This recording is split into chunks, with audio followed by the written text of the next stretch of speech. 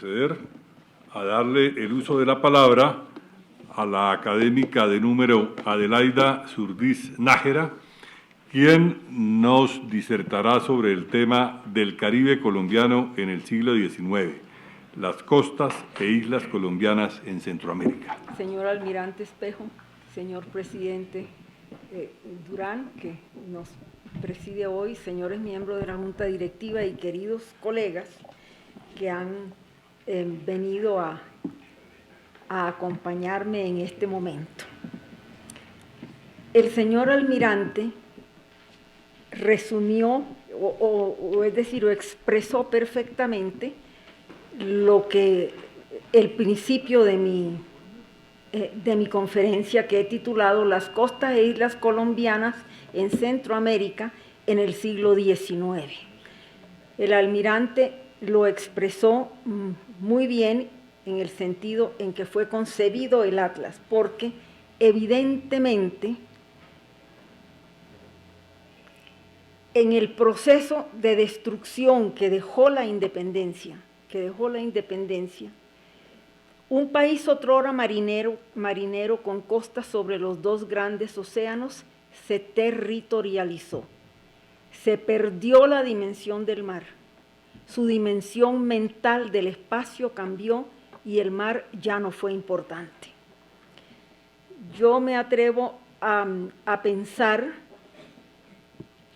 sobre todo después de que el almirante ha hecho la comparación con lo que sucedió en otros países, en Chile, por ejemplo, que continuó pues, con su flota, yo me atrevo a pensar que la destrucción de Cartagena y su región fue, a no dudarlo, catalizador de este fenómeno de pérdida de la dimensión marítima y del cambio de mentalidad. Esto sucedió durante todo el siglo XIX, aunque pocos lo percibieron. Pero es que la plaza fuerte se perdió en la Reconquista y para rendirla hubo que destruir la economía de una comarca que abarca hoy 4 departamentos. Poblaciones enteras fueron incendiadas hasta sus cimientos, Barranquilla entre ellas. El resto de lo que es hoy la región Caribe se desplomó con su centro de poder. Santa Marta se estancó y la pequeña Riohacha, incendiada hasta por mercenarios europeos, quedó hecha pavesas, hasta el punto que el general Mariano Montilla tuvo que embarcar a su población, a su pequeña población, en la flota que traía al mando de Brión y de Padilla para evitar que esta gente muriera de hambre.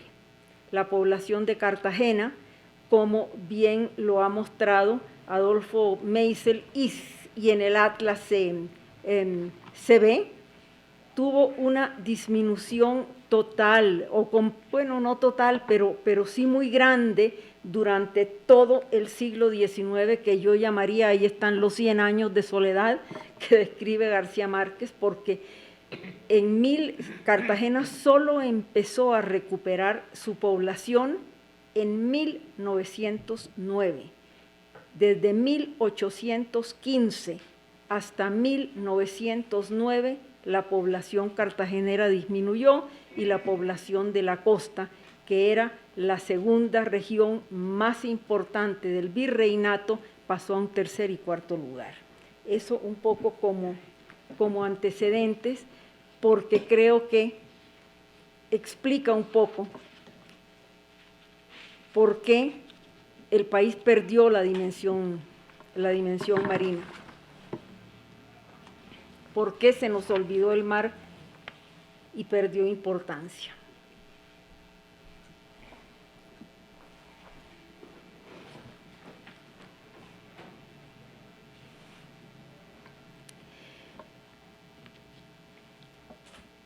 En el siglo XX, es decir, la situación de las islas y las costas colombianas sufrieron pues una gran desmejora. Y en el siglo XX, Colombia sufrió, en el siglo XIX, perdón, Colombia sufrió grandes pérdidas de maritorio, como es la palabra que se usa ahora. Colombia cedió en el Caribe la costa de Mosquitos, las islas de Mangle Grande y Mangle Chico, y fue despojada de Panamá y de 572 kilómetros de mar Caribe territorial alrededor del archipiélago de San Andrés, Providencia y Santa Catalina. Su posesión de La Guajira fue ratificada mediante el laudo arbitral de 1891 de la reina María Cristina de España. Este ensayo trata del proceso decimonónico que se vivió y se fundamenta en la investigación que realicé para el Atlas Histórico Marítimo de Colombia siglo XIX que nos acaba de presentar el almirante. La organización territorial de los países independizados de España en el siglo XIX se fundamentó en el principio de derecho del uti possidetis iuris, entre comillas, que quiere decir como poseías, continuarás poseyendo, que proviene del derecho romano. Simón Bolívar lo adoptó finalizadas las guerras de la independencia y lo propuso para que los países emancipados conservaran el territorio que les correspondía en 1810, año primero de la independencia, y que las nuevas repúblicas lo aplicaran con el objeto de asegurar que las fronteras mantuvieran los límites de los viejos territorios coloniales de los cuales emergieron, con el compromiso de celebrar tratados que ratificaran las fronteras que en muchos lugares eran inciertas. El archipiélago de San Andrés, Providencia y Santa Catalina, con las islas de Mangle Grande y Mangle Chico y los cayos de Roncador, Quitasueño, Serrana y Serranilla, al igual que la costa de Mosquitos en Centroamérica, fueron integrados por la corona española al virreinato de Santa Fe en 1803, segregados de la Capitanía General de Venezuela ante su imposibilidad de protegerlos y defenderlos contra las invasiones enemigas. La Junta de Fortificaciones y Defensas de Indias recomendó en diciembre de 1803 que la costa de Mosquitos, desde el Cabo de Gracias a Dios, aquí en el mapa, si ustedes ven el mapa, aquí está el Cabo de Gracias a Dios. Desafortunadamente nuestro computador no estaba funcionando bien y por eso no pudimos tener la oportunidad de mostrarlo en Videobeam. Desde el Cabo, perdón, lo perdí. Sí, desde el Cabo de Gracias a Dios hasta el río Chagres, en Panamá, y las islas y sus anexos fueron incorporadas al virreinato. Atendiendo el parecer de la Junta, el rey, por real orden, determinó lo propio, lo cual fue notificado al ministro de Guerra, al virrey Amari Borbón y al capitán general de Guatemala. No voy a leer la Real Orden de 1803 ni los documentos porque son suficientemente conocidos y eso nos resta tiempo. Pero el rey no hizo entonces sino oficializar una situación que venía de viejo y que es importante conocer dada su incidencia en la problemática actual sobre el departamento insular y el mar Caribe colombiano que el doctor Enrique ha mencionado. El archipiélago de San Andrés y Providencia. La costa centroamericana fue descubierta por Colón en 1505, en su cuarto viaje, y las islas aparecen por primera vez en una carta de navegación anónima en 1517. En la época prehispánica, al parecer, estaban despobladas. El primer poblamiento del archipiélago de San Andrés y Providencia lo realizaron los puritanos ingleses entre 1627 y 1641, pues Inglaterra fue invadiendo o fue tomando posesión de estas islas que para España eran consideradas pues islas inútiles y mucho tenía España que hacer en su defensa contra el Islam en Europa y en apropiarse del gran continente suramericano. Pero luego, hostigadas estas islas y las costas del Caribe por piratas de Jamaica y de otras islas del Caribe, España tomó cartas en el asunto. Y una expedición militar despachada por el gobernador de Cartagena bajo el mando del almirante don Francisco Díaz Pimienta arribó a Providencia el 24 de marzo de 1641 y desalojó a los intrusos. Se dan ustedes cuenta que en 1803 pues es una fecha tardía con relación al momento en que Cartagena y Nueva Granada intervienen en las islas. Las islas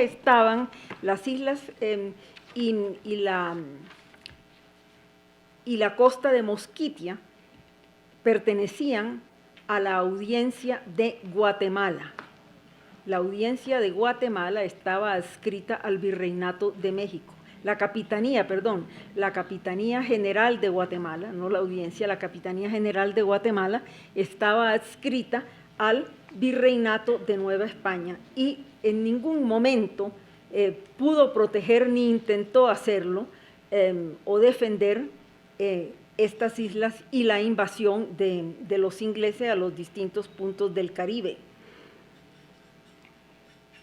Como decía, fueron desalojados en 1641 por tropas de Cartagena. Pero Inglaterra no se resignó a la pérdida de las islas por la posición estratégica que significaban en el Caribe, que era en ese momento pues, el centro del gran comercio internacional. En 1670, Oliver Cromwell, ya premier de Inglaterra, ordenó al gobernador de Jamaica recapturarla. La isla fue atacada por Henry Morgan, quien la ocupó por cerca de 4 años. La vida en San Andrés transcurrió con relativa calma. Sus habitantes se dedicaban a la agricultura y al comercio con las islas del Caribe y con Cartagena. En 1783, el Tratado de Versalles puso fin a la guerra de España con los ingleses y España recuperó la soberanía de la costa de Mosquitos y del archipiélago. En virtud de ese convenio, en 1786 se firmó una convención entre las dos coronas que determinó el desalojo de los colonos que fueron expulsados y enviados a otras islas del Caribe, pero muchos de ellos subrepticiamente regresaron a San Andrés y desesperados concurrieron a Cartagena, desde donde le suplicaron al virrey de Santa Fe, el arzobispo Caballero y Góngora, que les permitiese quedarse. El arzobispo consultó al rey la solicitud de los colonos que querían quedarse en las islas, pero el rey, la corona no estaba dispuesta a adoptar y a darle albergue a protestantes ingleses y el permiso fue negado. Sin embargo, ante la promesa que hicieron de rendir vasallaje a la corona española, de adoptar la religión católica y de aceptar al gobernador y al cura que se les nombrase, y construir una iglesia y no comerciar con Jamaica, el rey accedió. Entonces, en ese momento, alrededor de 1793, fue el primer establecimiento oficial de España en las islas.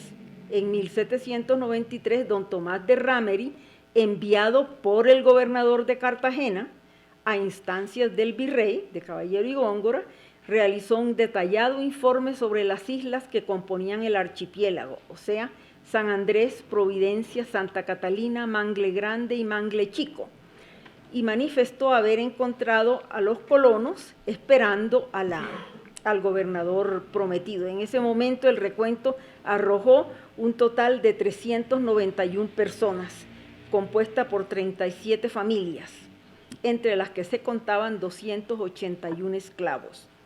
Como vemos entonces, cuando llega la Real Orden de 1803, ya Cartagena había hecho presencia en San Andrés y el virreinato había ejercido jurisdicción sobre las islas, aunque oficialmente pertenecieran a la Capitanía General de Guatemala.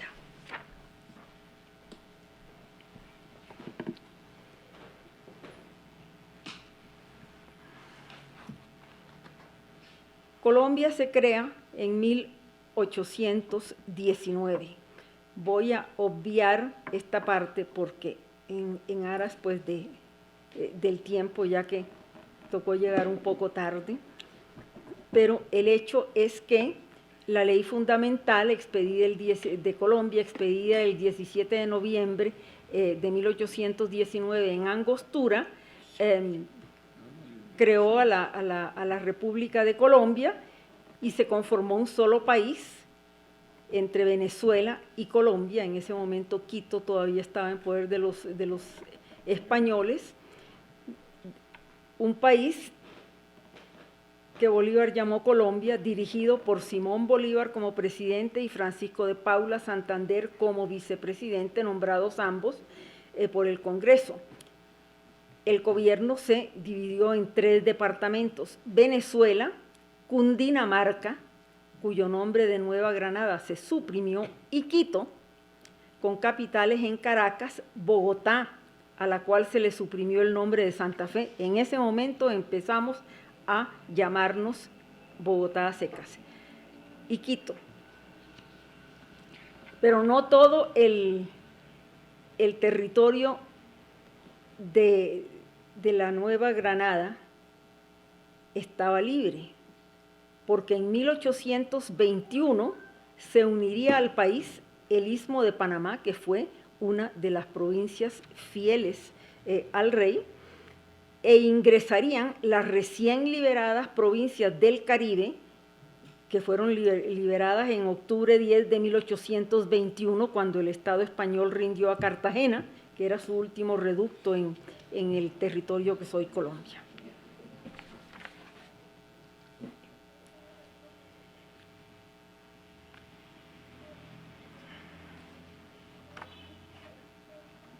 Viene después la Constitución de 1821, que había sido ordenada, o se había dispuesto pues que se hiciera la Constitución por parte del Congreso en Angostura. Fue una Constitución esencialmente centralista, pero con un ejecutivo débil frente al legislativo.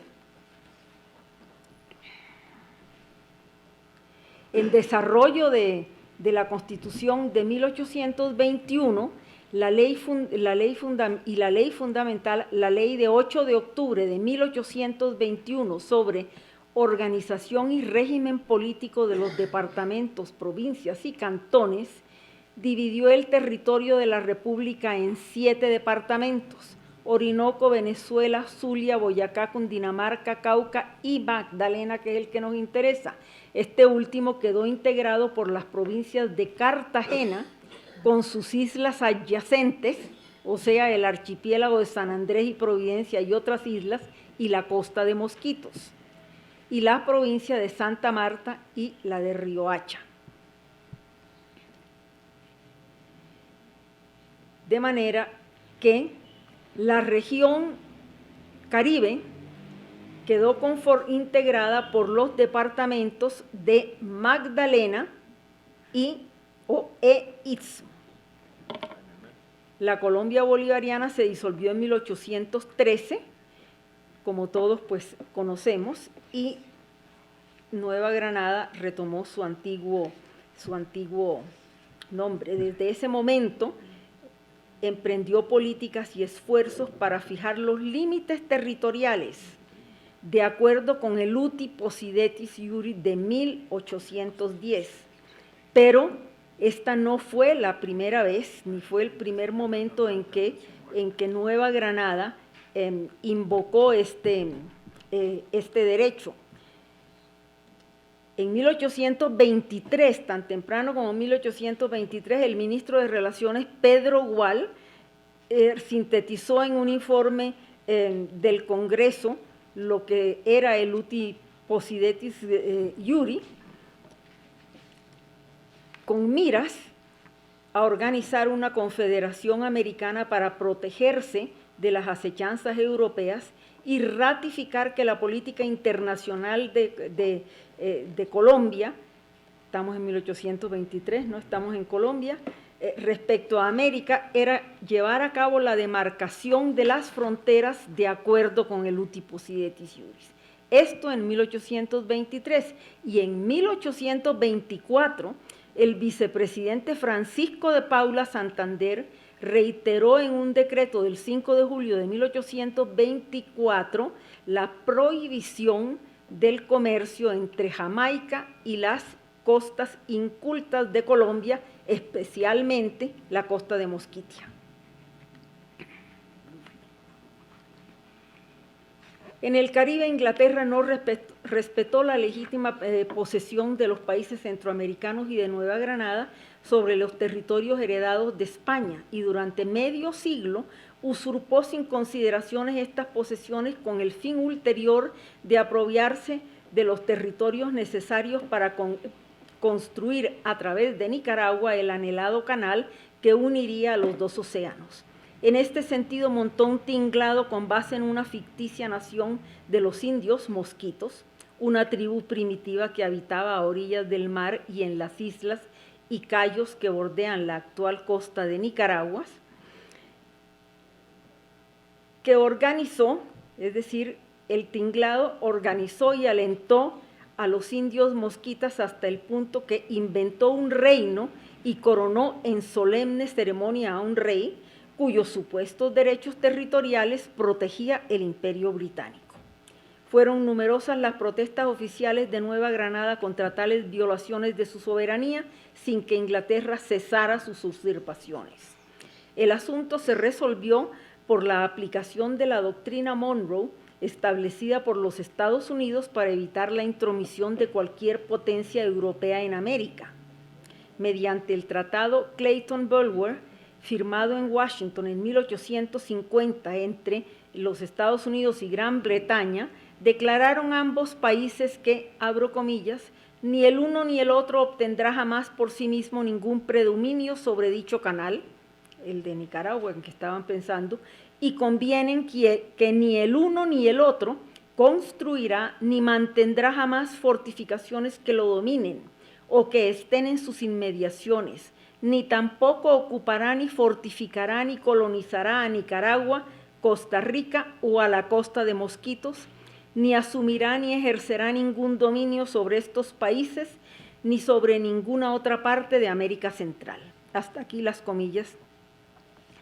Esto resolvió el asunto de la costa de Mosquitos con Inglaterra, pero no contuvo, porque no era esa la idea, las ambiciones expansionistas de los Estados Unidos, que ya habían despojado a México de extensos territorios y querían el canal para su propio provecho. Colombia viviría 53 años después la dolorosa amputación del departamento de Panamá, propiciado por los Estados Unidos. Historia sobre la cual no versa este ensayo. El resto del medio siglo lo empleó Nueva Granada y luego la Confederación Granadina y más tarde los Estados Unidos de Colombia en buscar un arreglo de límites con Costa Rica para fijar la incierta frontera con ese país a la altura del departamento del Istmo. Las negociaciones fueron infructuosas porque ambas partes pretendieron concesiones territoriales que les resultaron inadmisibles. Desde un principio, Nueva Granada estuvo dispuesta a ceder la parte correspondiente a la costa de Mosquitos en Costa Rica a cambio de obtener territorio en la frontera interior delimitada por el río Doracés o Dorado, el nombre en ese momento no estaba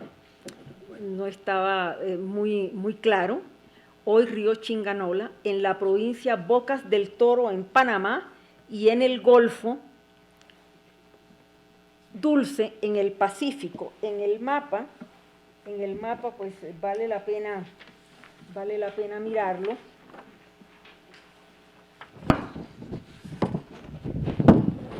Se encuentra, aquí está, más o menos a esta altura la provincia de Bocas del Toro, y aquí en el Pacífico está el Golfo Dulce. Costa Rica quería hacer, cuyas demarcaciones, y el Golfo Dulce en el Pacífico, cuyas demarcaciones por la corona española no eran precisas. Era una frontera incierta.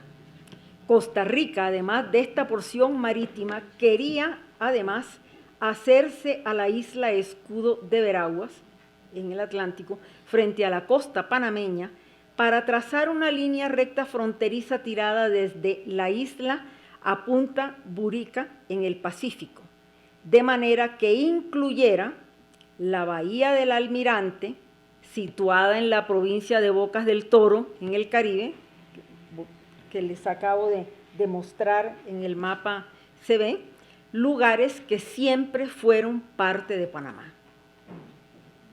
En 1856 se negoció un tratado siguiendo la política de la Cancillería granadina, delineada por Pedro Fernández Madrid, experto internacionalista, hijo de José Fernández Madrid, el último presidente de las Provincias Unidas de Nueva Granada, quien defendió magistralmente los derechos neogranadinos sobre las costas desde la desembocadura del río Culebras hasta el Cabo Gracias a Dios, logrando que Gran Bretaña y Estados Unidos aceptaran los derechos de la Nueva Granada en un litigio contra Costa Rica.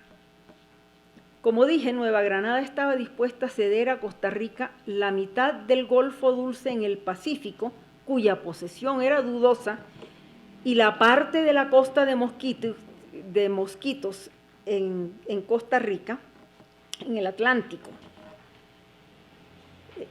La costa de Mosquitos, por título válido, como lo hemos visto, le pertenecía, pero ratificaba a cambio su posesión sobre el Escudo de Veraguas y la totalidad de la provincia de Bocas del Toro con la espléndida bahía del Almirante.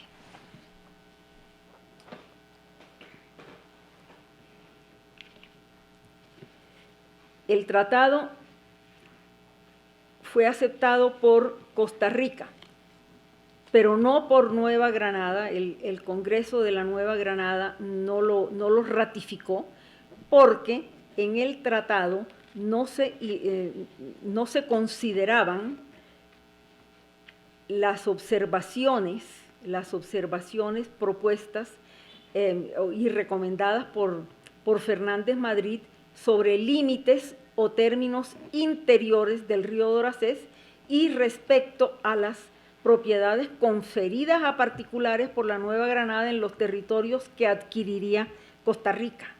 Se protegía, pues, a la población allí establecida, por lo cual el tratado no fue ratificado por el Congreso.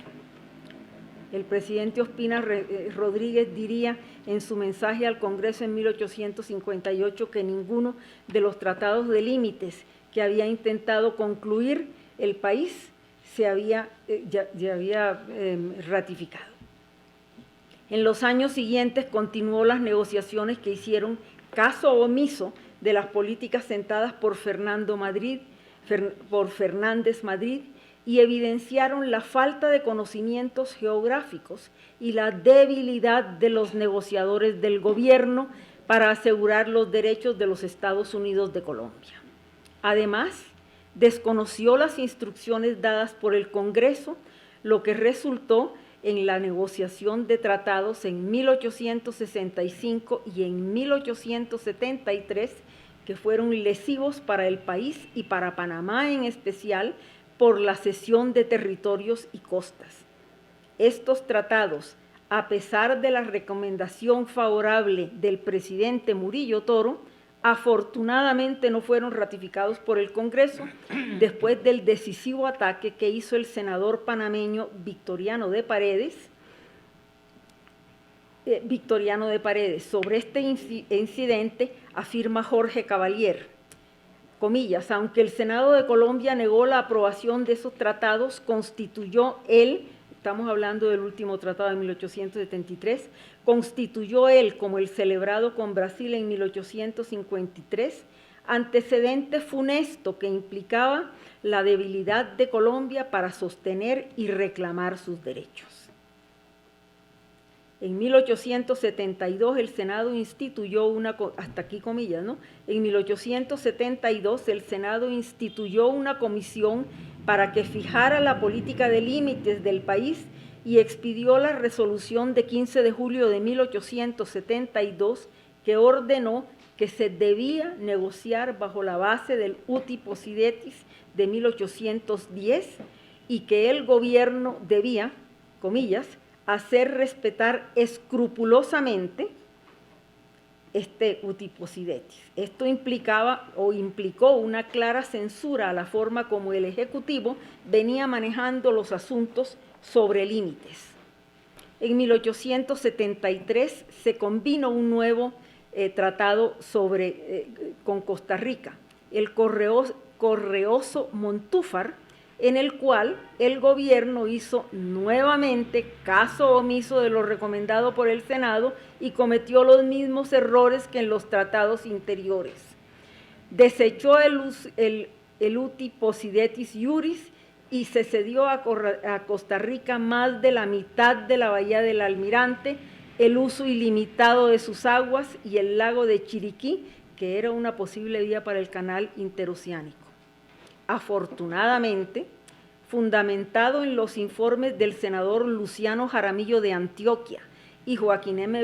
Bengochea del Magdalena, el Senado improbó nuevamente este convenio y lo rechazó definitivamente en 1877. Pero la actitud del Ejecutivo produjo un hondo resentimiento entre los panameños que vieron el mal manejo dado a sus intereses territoriales por el gobierno de Bogotá. En 1876, Costa Rica propuso a Colombia someter la disputa a arbitramiento. Hubo varios árbitros designados, pero finalmente fue el presidente de Francia quien llevó a cabo el arbitramiento. La disputa radicaba en que las partes no se ponían de acuerdo sobre el uti possidetis.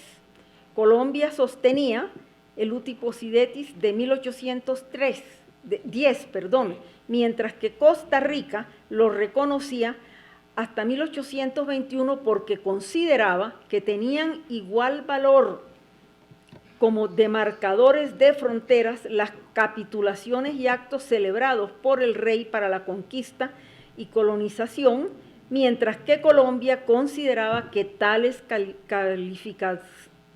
capitulaciones eran simples contratos administrativos entre particulares y la corona. Por lo tanto, reclamaba como suyo todo el territorio de la antigua Audiencia de Panamá, incluida la provincia de Veraguas, que fue incorporada al virreinato en 1739, y su título, pues, derivaba de la Real Cédula de Erección del Virreinato, un título perfectamente firme. El laudo de 1900 del presidente de Francia finalmente reconoció el dominio que Colombia tenía sobre la bahía del Almirante, la provincia de Bocas del Toro y las islas cercanas o distantes comprendidas entre la costa de Mosquitia y el istmo de Panamá en el Atlántico. Comillas, dice el laudo, especialmente Mangle Chico, Mangle Grande y Cayos de Alburquerque, y San Andrés, Santa Catalina, Providencia, Escudo de Veraguas, así como cualquiera otras islas, islotes y bancos que antes dependieran de la antigua provincia de Cartagena bajo la denominación de Cantón de San Andrés. Pero Colombia perdió el Golfo Dulce en el Pacífico. Como el laudo era tan impreciso en ciertos puntos por falta de elementos geográficos, le tocaba a Colombia y a Costa Rica proceder a la demarcación de la frontera sobre el terreno y se iniciaron negociaciones para dar cumplimiento al fallo, pero la separación de Panamá en 1903 terminó de hecho la cuestión de límites con Costa Rica. Quedó vivo el derecho de Colombia sobre las islas citadas en el laudo francés y el derecho sobre la costa de Mosquitos a la altura de Nicaragua. La costa de Mosquitos.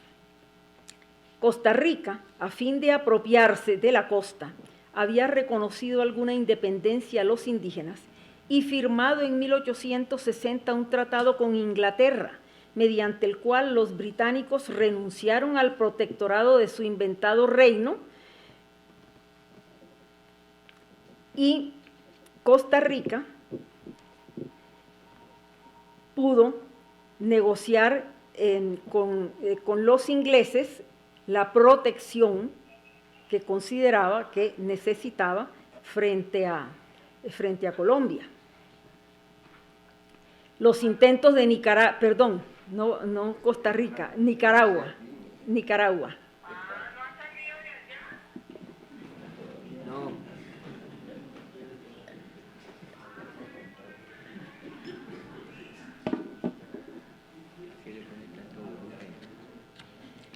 Frente a los intentos de Nicaragua, los intentos de Nicaragua fueron firmemente rechazados por Colombia en 1880, en 1890 y en 1896. Pero de todas maneras los nicaragüenses ocuparon la costa y en 1894 la bautizaron como departamento de Celaya. Posteriormente, desconocieron la Real Orden de 1803 que incorporó al virreinato estos territorios y en 1913 celebraron con los Estados Unidos una convención para la construcción de un canal interoceánico y le entregaron por 99 años las islas de Mangle Grande y Mangle Chico pertenecientes a Colombia.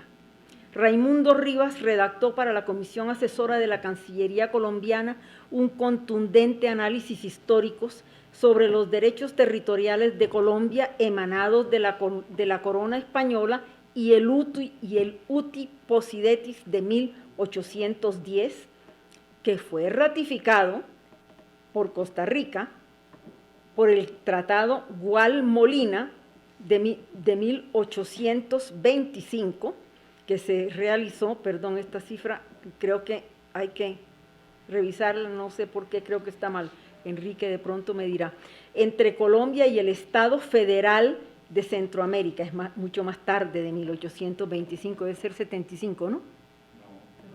Este fue el tratado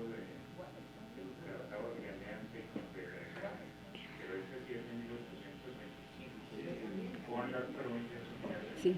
Ah, bueno, correcto. Gracias, Enrique. Entre Colombia y el Estado Federal de Centroamérica, del cual era parte Nicaragua, en el cual se comprometieron a respetar los derechos territoriales que tenían en esa época. Visto el alegato, Nicaragua accedió a negociar. Colombia, como lo manifestó la Comisión Asesora de Relaciones Exteriores, aun cuando tenía claros títulos sobre la costa de Mosquitos, no pretendía privar a Nicaragua de todo el litoral, sino hacer respetar su derecho de dominio sobre el archipiélago de San Andrés y Providencia. Rivas aconsejó un arreglo directo, comillas, sobre la base de que Colombia renuncie a todo el derecho sobre la Mosquitia y las Islas Mangles, a cambio de que Nicaragua desista de toda pretensión sobre las demás islas, islotes y cayos del archipiélago. Hasta aquí las comillas.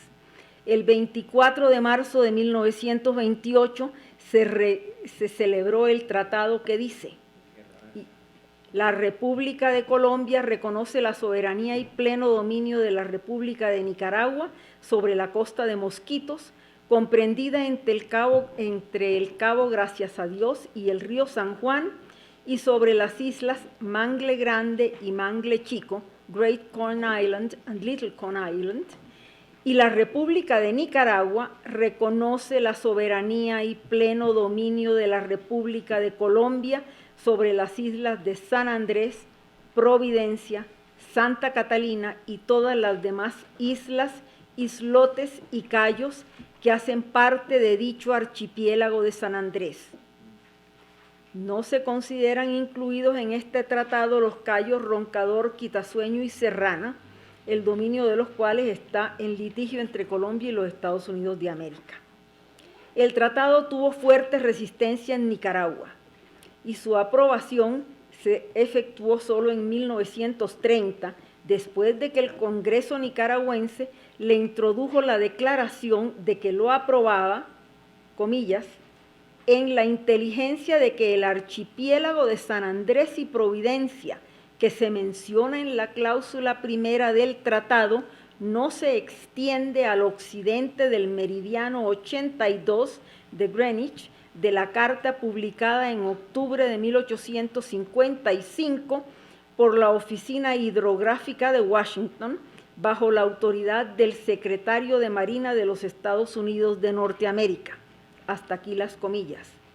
Colombia aceptó la declaración y terminaron así los problemas territoriales con los países de Centroamérica. Nadie imaginó entonces que 84 años después, Nicaragua unilateralmente desconocería dicho tratado y por una mala defensa de Colombia ante una jurisdicción foránea que aceptó, se perderían a favor de Nicaragua 572 kilómetros de mar territorial alrededor del archipiélago de San Andrés, con grave perjuicio para sus habitantes y enorme lesión de la soberanía nacional.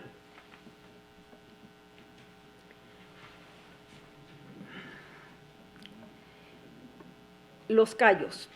El derecho sobre los cayos, ya voy a terminar, el derecho sobre los cayos que habían sido ocupados ilegalmente por ciudadanos norteamericanos para aprovecharse de los depósitos de guano en virtud de patentes otorgadas por los Estados Unidos que desconoció los derechos colombianos, fue también firmemente defendido por el gobierno colombiano mediante notas de protesta y precisos alegatos jurídicos ante el gobierno de Washington. Complejas negociaciones en cuyo transcurso ocurrió la Primera Guerra Mundial y que no son objeto de este ensayo, se llevaron a cabo durante años hasta que el 8 de septiembre de 1972 se celebró el tratado en que los Estados Unidos reconoció la plena soberanía de Colombia en la zona marítima al oeste del meridiano 82 de Greenwich y renunció a toda pretensión sobre Quitasueño, Roncador y Serrano. Pero como digo, esto es ya el siglo XX que no se trata en este artículo. Y para concluir, en el siglo XXI, que no es materia de este ensayo, además del despojo de mar territorial por parte de la Corte Internacional de la Haya, Colombia sigue afrontando la posibilidad de una pérdida superior, pues la demanda de Nicaragua ante dicho tribunal de una plataforma de mar territorial extendida se acerca a Cartagena.